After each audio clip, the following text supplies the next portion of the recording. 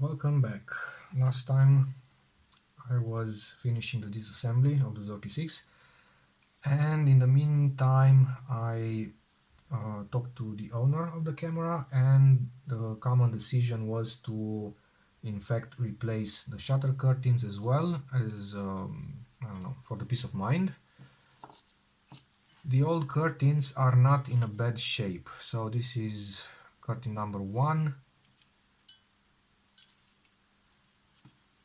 No cracks in the rubber layer, still elastic the material. This is curtain number 2. Same overall good quality of the curtain, but since the camera is undergoing such an extensive CLA procedure, the decision was to replace the curtains as well. Before starting with that, I have to put back the rangefinder assembly so I can get it out of the working mat. So that's the first thing to do. I have already cleaned the parts, I have cleaned the optical elements, and now it's time to reassemble all the pieces.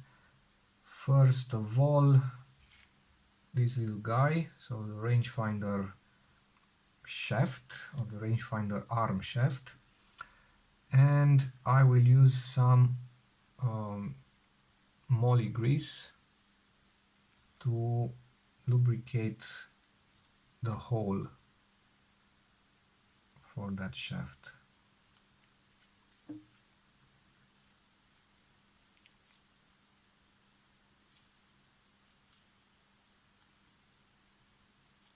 Alright, now we need to put back the rangefinder arm, and it has two shims. The larger of the two is the first one to go on the shaft. Then it's time for the rangefinder arm, and the arm was opposite to this, so to the little prongy part of the shaft, and that means it goes like this, which is actually backwards than the position it will sit inside the camera. The other little washer, and then the screw.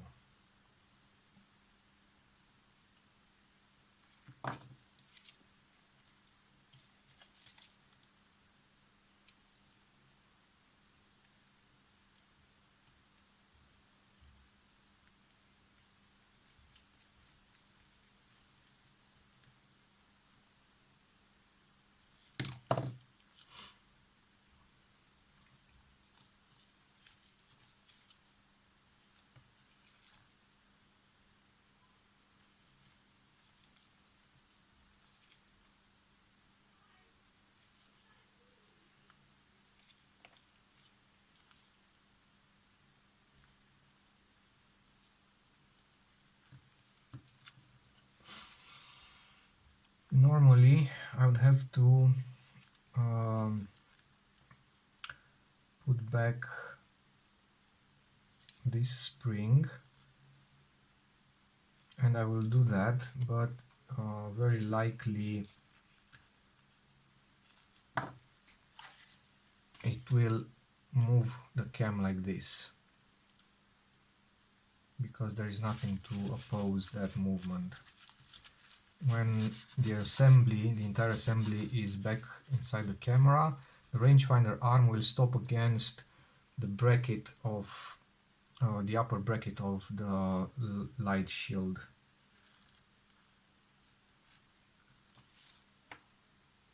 One option would be to put back the spring but leave it unhooked, and I'll show you just what I mean. So this is the spring, and it normally sits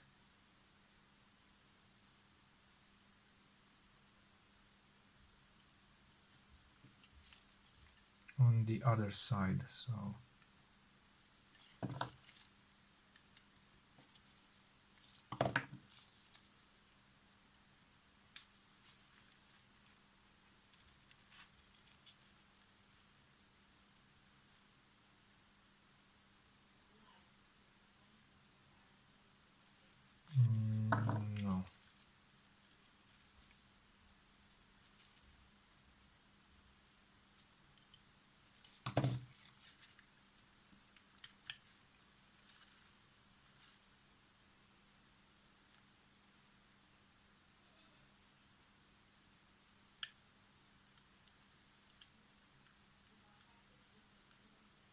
Okay, it's normally like this.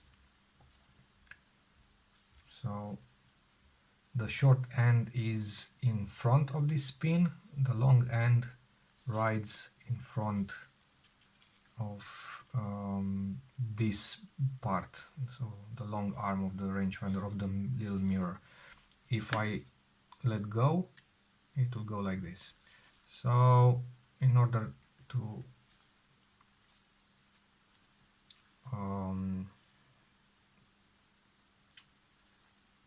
have it like this, so without this arm pointing forwards, I will simply leave this guy unhooked until it's time to put it back inside the camera. Alright, next we have this with these little two screws. This is the shield that goes in front of the prism.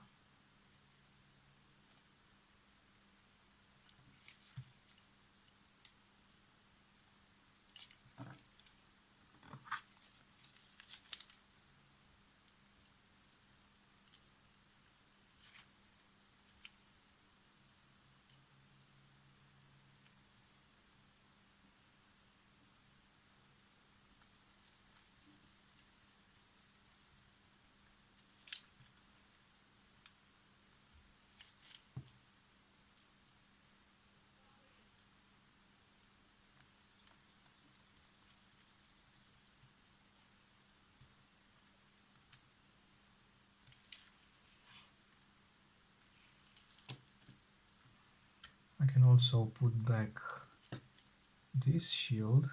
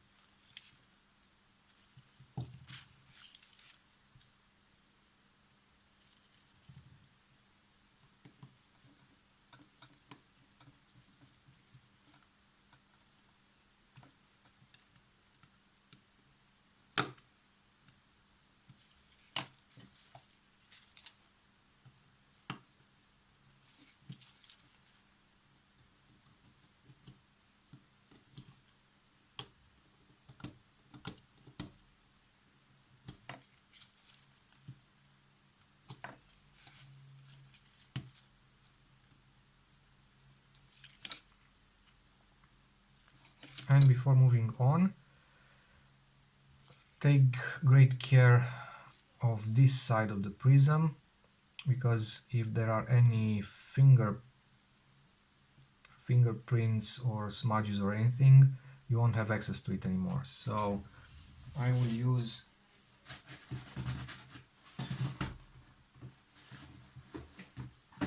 one of these tissues. They are anti-static polish shield Kim wipes. They are supposed to be good, and also supposedly they don't leave any residues.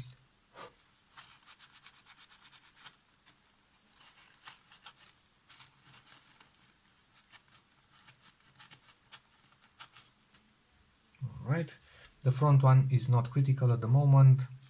I will wipe it out or wipe it off once I am done with it. Okay, then we have this big one that goes slot up.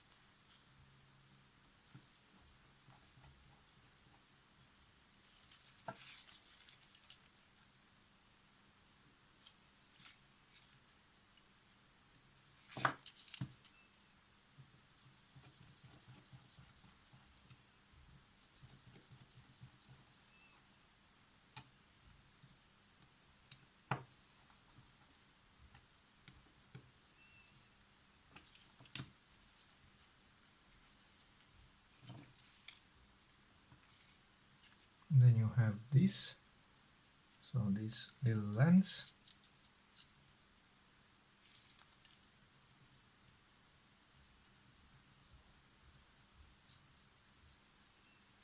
Now I was wondering whether I should use some lubricant or not.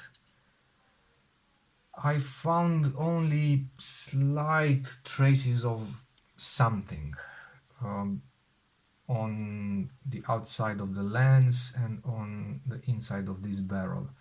Now I don't know what to make of it. I could maybe use only a bit.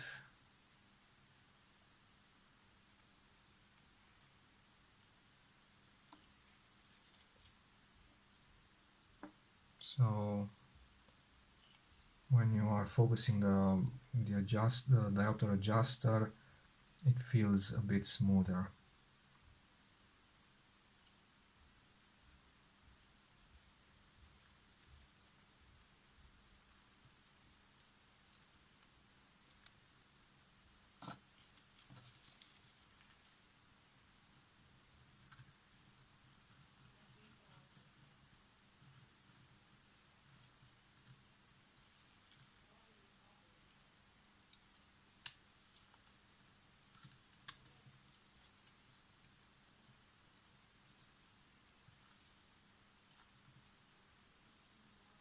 Yeah, well, that wasn't a good idea. Apparently it acts like a piston, pushes the lubricant to the end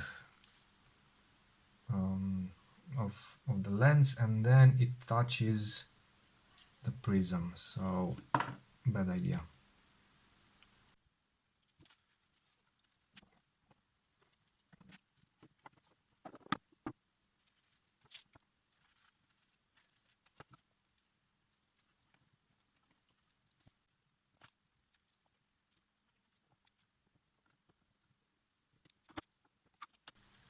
Alright, there it is.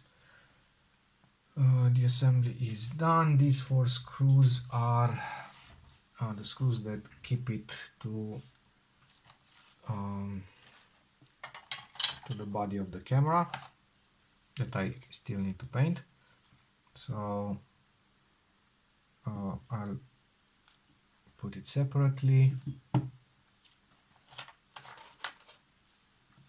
and move on to the curtains. And the little screws, I think I will just put them here.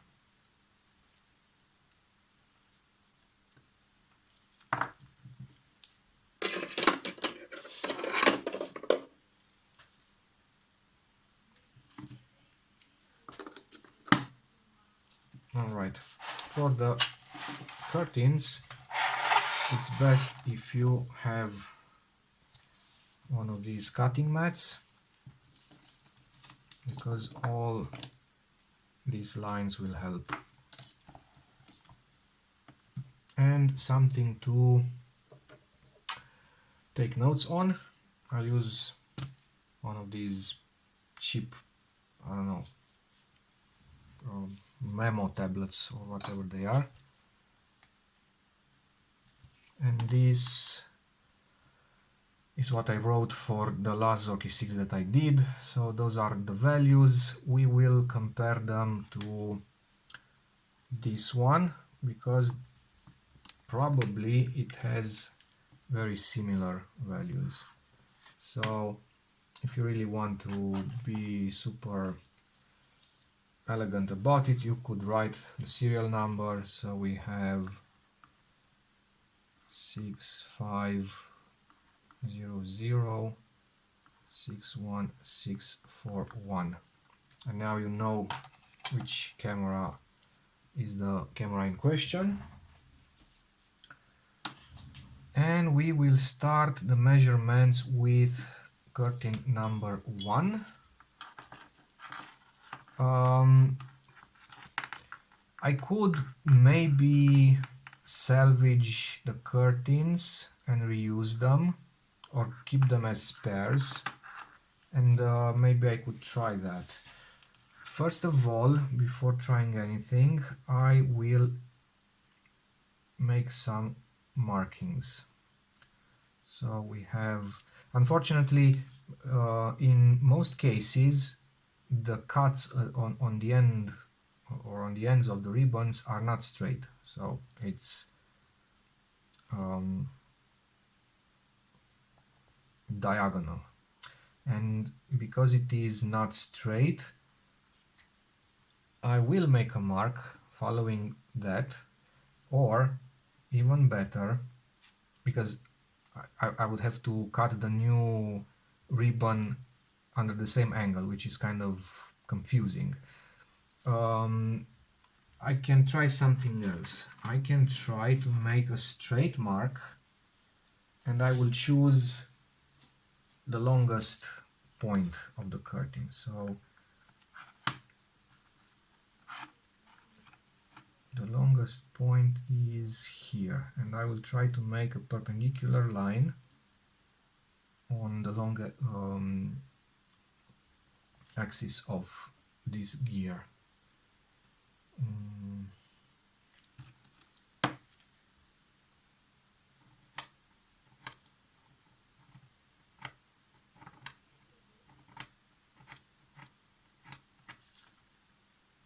Alright, so that is the insertion point for the lower roller, and for the upper roller, this one is quite straight.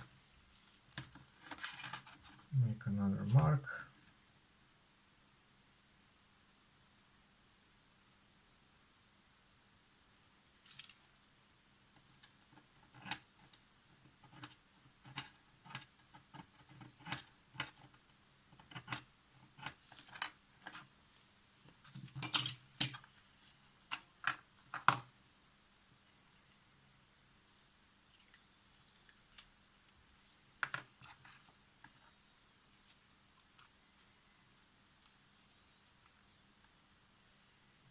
Alright.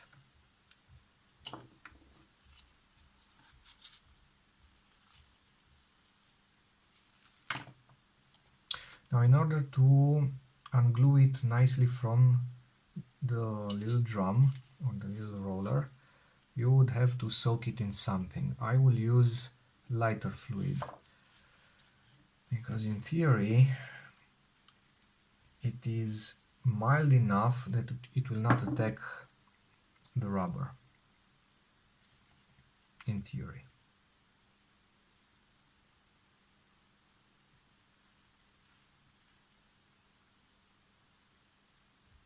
Unfortunately, the rubber is peeling from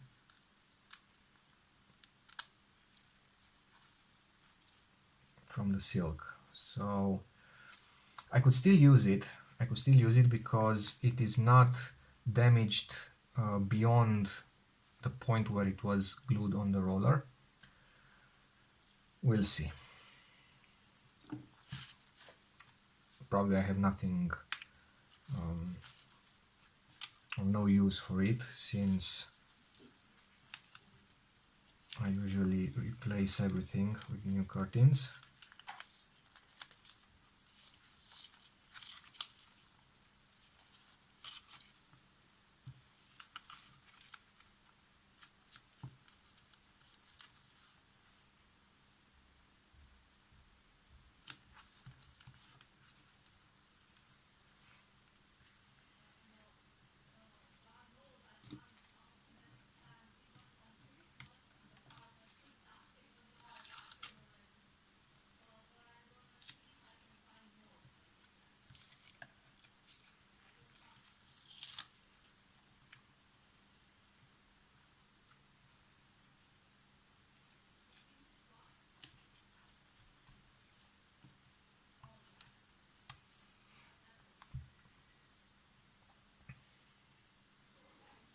Alright, so this is the lower one, this is the upper one. They seem pretty similar in length, and I always measure from one end, So from end to end.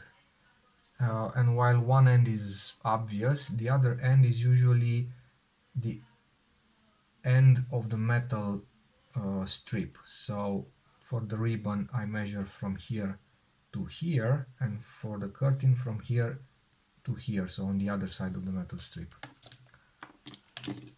And we have, first of all, the curtain length, which is not that important, is 74.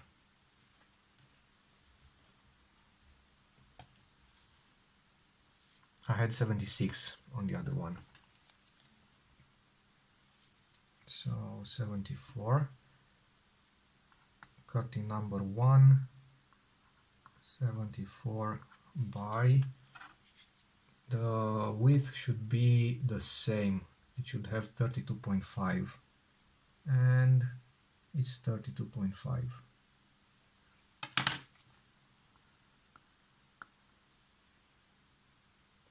Alright, and the ribbons should be 100. Let's see. Whoa. 104.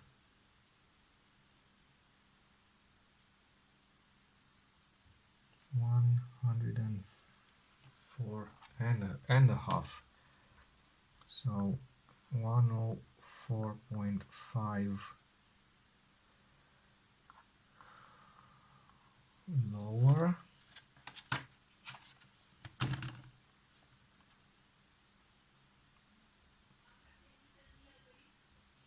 104.5 upper.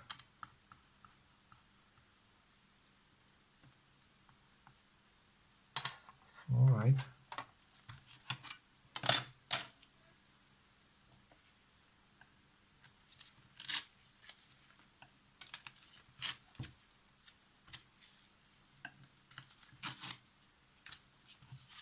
So this is one.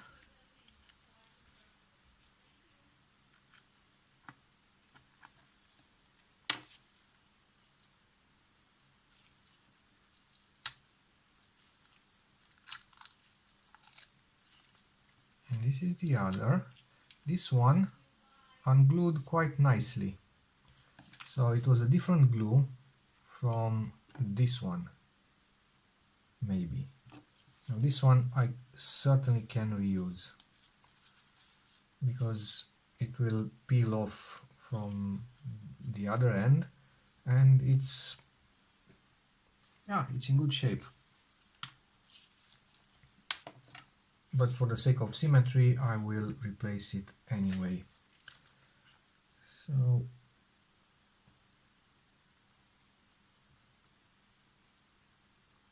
oh boy,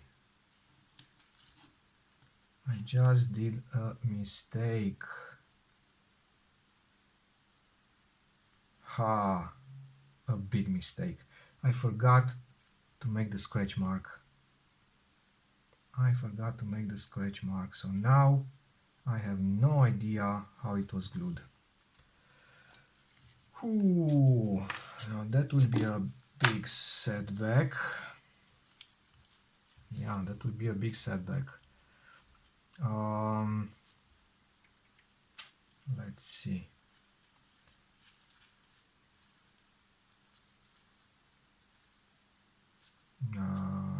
Not a chance. Not a chance to get it, to get the correct position.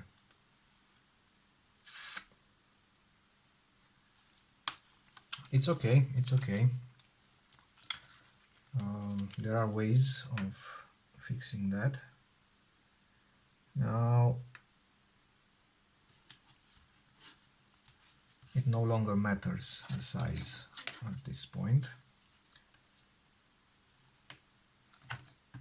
but for reference is 99.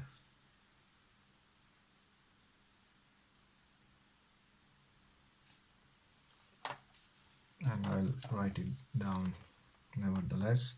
So it's 99, and the ribbons don't really matter, they should be 100.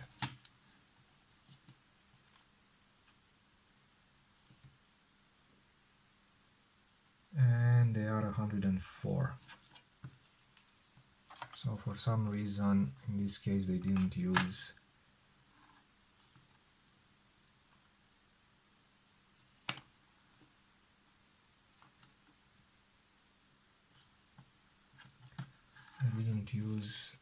the regular sizes. Yeah, 104. So pretty much the same length for the ribbons, close to the measurements from my other Zorki 6 for the curtains, but not so close for the ribbons. Okay, I will log the measurements. It should be logged. Let's see. Nah, I won't experiment with it anymore. All right. Now, since I did this mistake that will cost me quite some time to fix, but it's perhaps a good moment to see how you can determine the length of your curtains if your camera has, let's say, a catastrophic fail, broken or missing, especially missing curtain, missing ribbons. Well, we do have some bits of information that we will use to find the correct length. Not the correct length, but the correct attachment. Now, since I know the length, and I pretty much know how the curtains should look like when the camera is in its restored position, I will first of all, I will only mount the first curtain because I know all the dimensions needed, and with the curtain in place I can measure another thing that I didn't do before because I couldn't take out the light shield without taking out the shutter. I will be able to measure the distance between the edge of the first curtain and this part of the film gate, and that should be, let's say, 1.5 ish, in that region, maybe 2 millimeters. So when the shutter is uncocked, the edge of the metal bar should be 1.52 or something like that inside of the film gate. I will assume and extrapolate the fact that the second curtain should be pretty much the same when the shutter is cocked or released on B. Now I can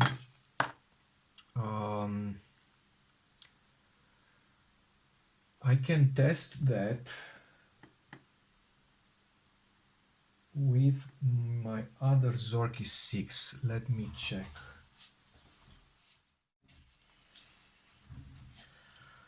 Okay, so this is my Zorki 6 that is waiting for a nice paint job, and it has replaced curtains, but with the original positions and dimensions. So now the shutter is on B, and I will need something to release the shutter with, and I will steal it from this one.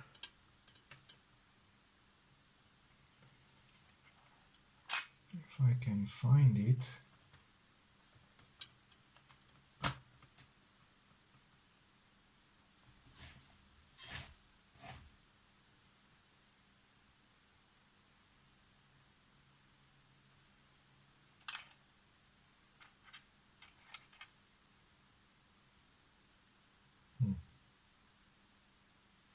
see it for some reason. It must be here somewhere. Anyhow, okay, I will use something else. Oh, there it is.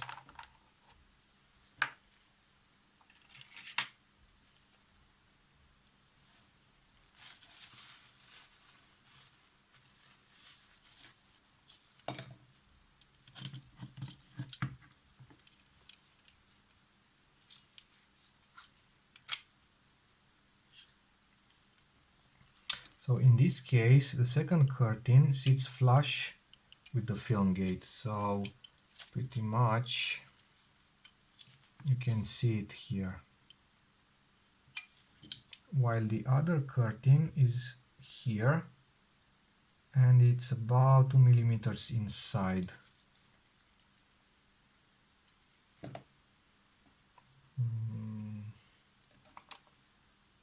This is 3 and it's too much. This is 2 millimeters and it's about right. So in this case I have 2 millimeters on this side, I don't have anything on the other side, but that's how it was before I started.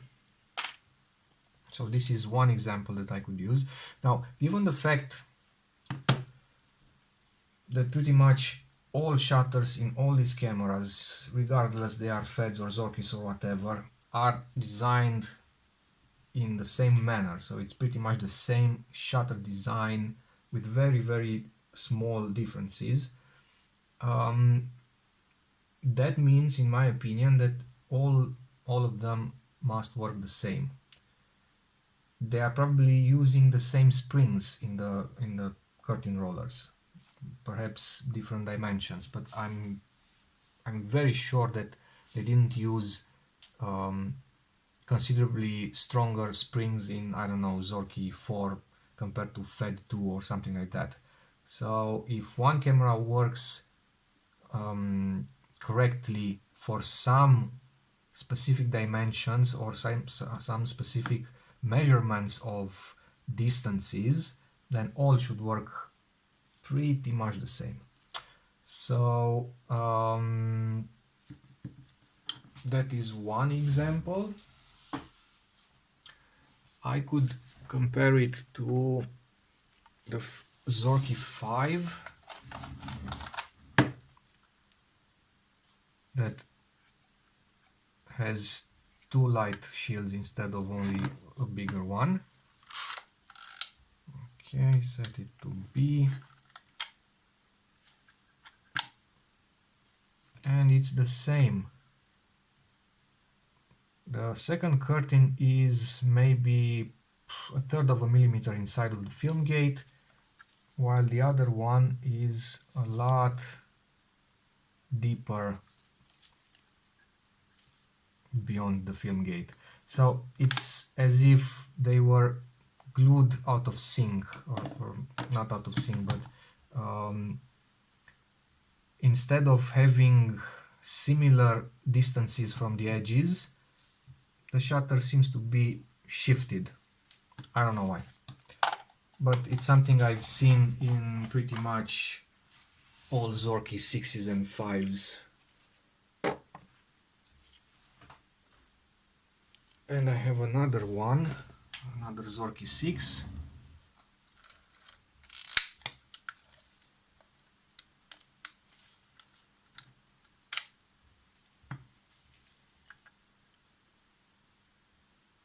A millimeter at best on the second curtain, and 3.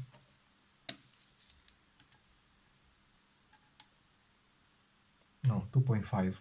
2.5 exactly on the first, and maybe half on the second. I don't know if I have something. This one is 1.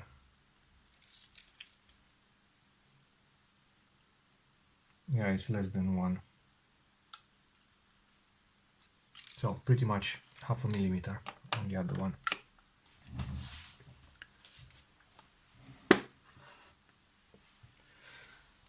So 2.5, and 0.5 means 3 divided by 2 means 1.5. That should be pretty accurate.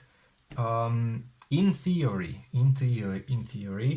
if you make a mistake like I did, you're pretty much screwed, because the allowed error is extremely small. But that's for a shutter that has been put together from the factory very precisely. And it's not the case with these Zorkis. Alright.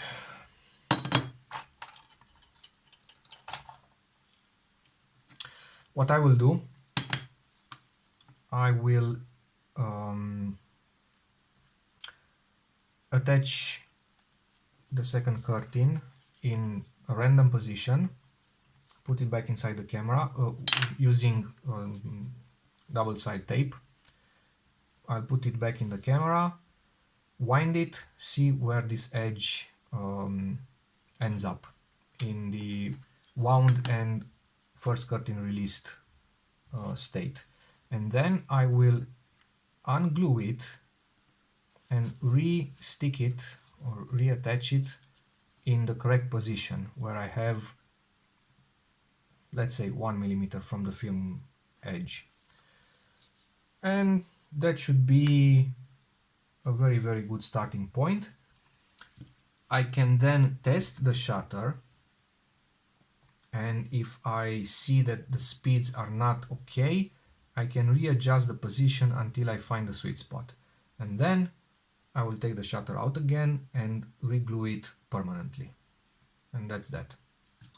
Hopefully the plan will work. Alright, so that much for the precise measurement of the curtains that I have failed miserably. In the next episode I will start reattaching the curtains, but that's what I'm going to do. In the meantime, I will clean everything that is related to the shutter, so base plate, rollers, in and out, the springs, screws, limiting gear, whatever, anything that goes on the bottom plate, and not only the bottom plate, anything that goes on here that is shutter related. So the little plate here with the hole and the two pieces that clamp together. What else?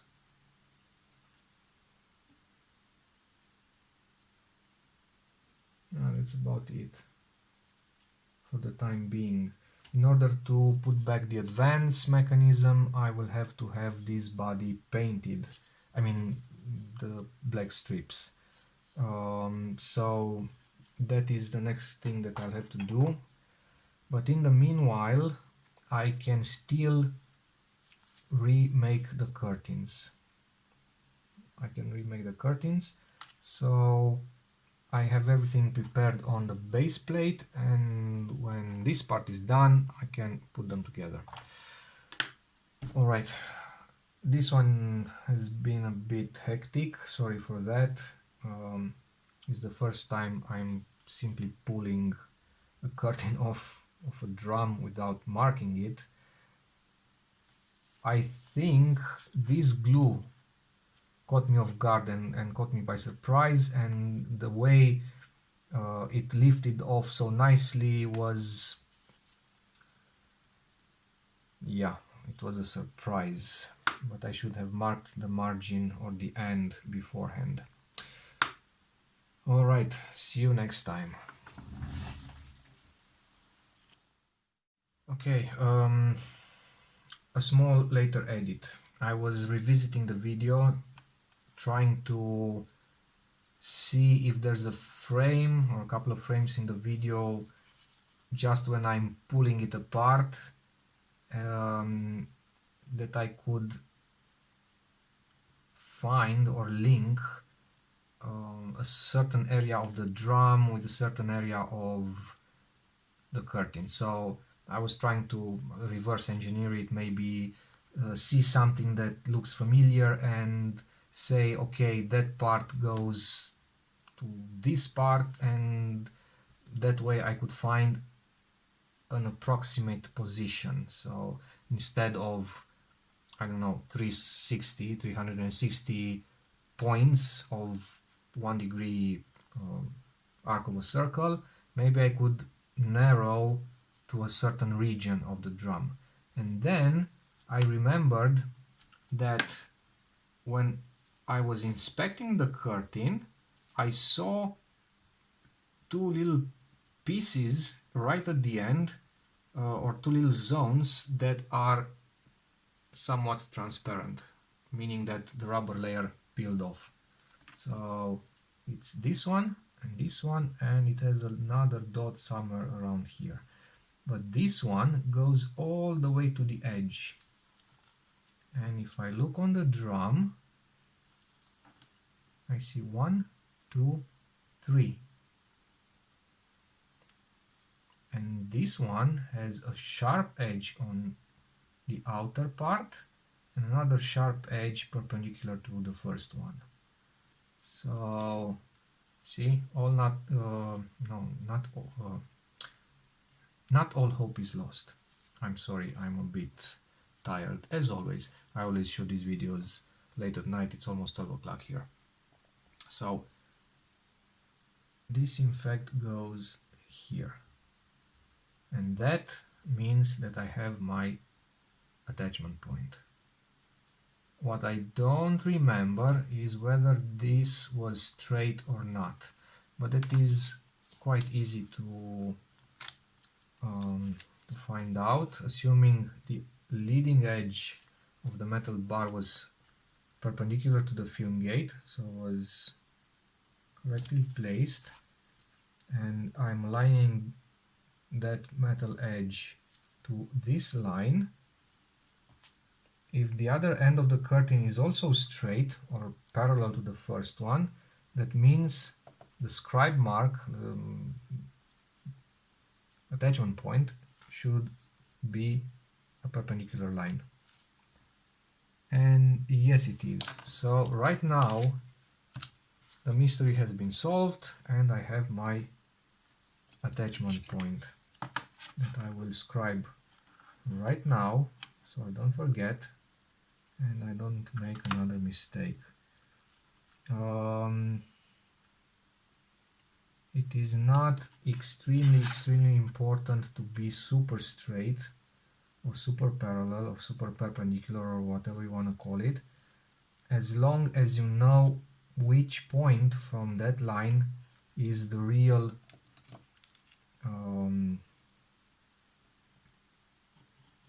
point of interest or point of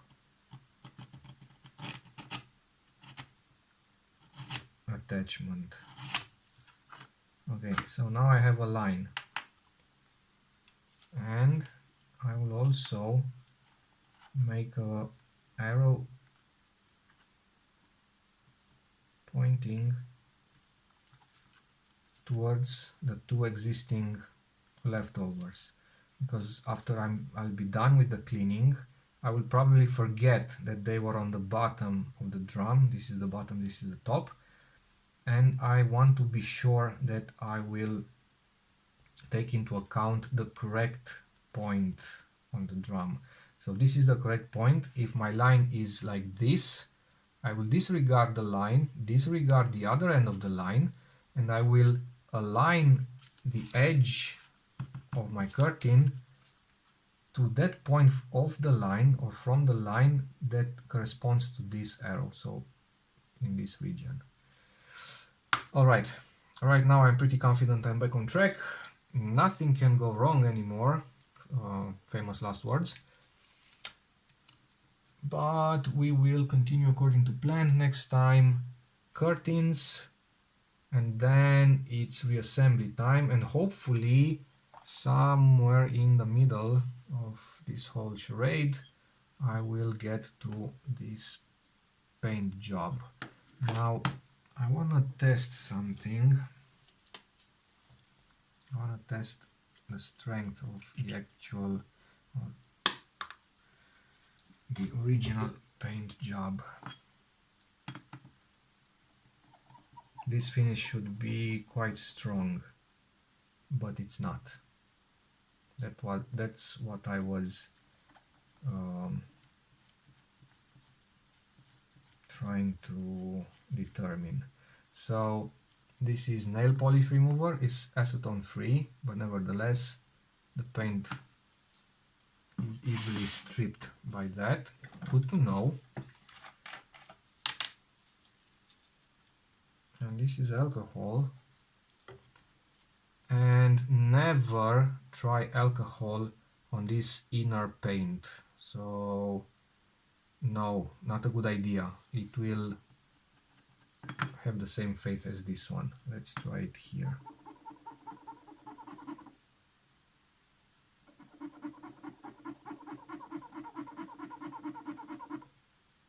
See, it rubs off, not as quickly, but it does rub off. So it's a not very strong paint that they used. I will use that to my advantage to strip it off easily, and we'll see what kind of paint job I can do. Yeah, that is that. I'm back on track, and I will see you next time.